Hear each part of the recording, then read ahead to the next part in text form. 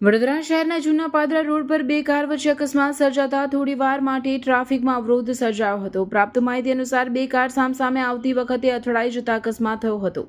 અકસ્માત બાદ એક કાર ચાલકે સામેના કાર ચાલક પર વાંક કાઢી તેની ભૂલ હોવાનો આક્ષેપ કર્યો હતો, જેના કારણે બંને વચ્ચે થોડી બોલાચાલી પણ થઈ હતી। સદનસીબે આ અકસ્માતમાં કોઈ જાનહાનિ થઈ નથી, જો કે અકસ્માતને કારણે બંને કારને નુકસાન પહોંચ્યું હતું। બનાવ અંગે જાણ થતાં પોલીસ તાત્કાલિક ઘટના સ્થળે પહોંચી પરિસ્થિતિ કાબૂમાં લીધી હતી, તેમજ અકસ્માત અંગે વધુ તપાસ હાથ ધરી હતી। પોલીસે ટ્રાફિક વ્યવસ્થા પણ ફરી સામાન્ય કરી હતી। દર્શક મિત્રો, આવા જ લેટેસ્ટ અપડેટ અને સમાચાર જોવા માટે જોડાયેલા રહો ફેસબુક, ઇન્સ્ટાગ્રામ, યુટ્યુબ ચેનલ સાથે વિશ્વ ભારત ન્યૂઝ। દેશ વિદેશ તેમજ ગુજરાત રાજ્ય, જિલ્લા અને તાલુકા વિસ્તારના તમામ સમાચાર અને જાહેરાત માટે આજે જ સંપર્ક કરો। સામાજિક ધાર્મિક પ્રસંગો, આકસ્મિક ઘટનાઓ અને ગેરકાનૂની પ્રવૃત્તિઓ તથા ભ્રષ્ટાચારની પોલ ખોલવા માટે સંપર્ક કરતા રહો।